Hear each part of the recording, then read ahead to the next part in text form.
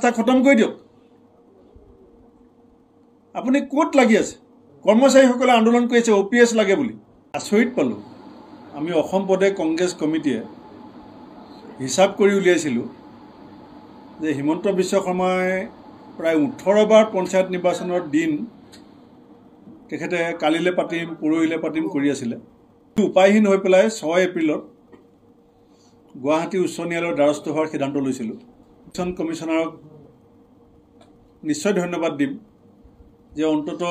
আমি ন্যায়ালয়ৰ দৰ্জা খটখটোৱাৰ আগতেই তেখেতসকলে অনিচ্ছা সত্ত্বেও পঞ্চায়ত নিৰ্বাচনটো ঘোষণা কৰিছে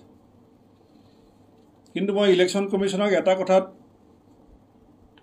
সঁচাকৈ ধন্যবাদ দিব লাগিব যে তেখেতে কৈছে যে অত্যন্ত স্বচ্ছভাৱে পঞ্চায়ত নিৰ্বাচন অনুষ্ঠিত কৰিবৰ কাৰণে তেখেতসকল বদ্ধপৰিকৰ এষাৰ কথা মই ক'ব লাগিব মুখ্যমন্ত্ৰী ডাঙৰীয়া যেহেতু ইলেকশ্যন অনুষ্ঠিত হ'ল আপোনাৰ 11 মেত ভোট গণনা হ'ব তাৰ পাছত যাতে জিলা পৰিষদ কোনে গঠন কৰিব আঞ্চলিক পৰিষদ কোনে গঠন কৰিব মেম্বাৰ কিনা বেচা কেনেকৈ হ'ব এই কথাবিলাকৰ এখন মায়াজাল বনাই পেলাই শপত গ্ৰহণৰ দিনটো যাতে পিছুৱাই নাথাকে মই ভাল পালোহেঁতেন যে 11 মেত ভোট গণনা হ'ব ইমান তাৰিখে জিলা পৰিষদবিলাক গঠন হ'ব ইমান তাৰিখে আঞ্চলিক পঞ্চায়ত গঠন হ'ব ইমান তাৰিখে পঞ্চায়ত গঠন হ'ব এই ধৰণৰ সিদ্ধান্তবিলাকো যদি চৰকাৰৰ লগত আলোচনা কৰি নিৰ্বাচন আয়োগে এতিয়াই দি দিয়ে মই ভাবোঁ তেতিয়াহ'লে আচল যিটো স্বচ্ছতা আচল যিটো নিৰপেক্ষতা সেইটো বাহাল ৰখাত নিৰ্বাচন আয়োগ সফল হ'ব হিমন্ত বিশ্ব শৰ্মা ডাঙৰীয়াৰ মুখত আজি দুদিন ধৰি মই শুনি আছোঁ মই খতম কৰি দিম মই আমুকক খতম কৰি দিম মই তামুকক খতম কৰি দিম মই তেখেতক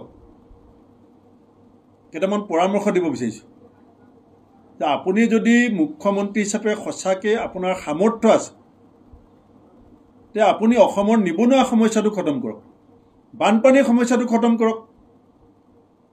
গৰাখহনীয়া সমস্যা খতম কৰক আৰু আপোনাৰ খুৱে বায়ে থকা মানুহবিলাকে চলাই থকা সিন্ডিকেটটো খতম কৰক উমৰাংচু সিন্ডিকেট খতম কৰক লিডু মাৰ্ঘেৰিটা সিন্ডিকেট খতম কৰক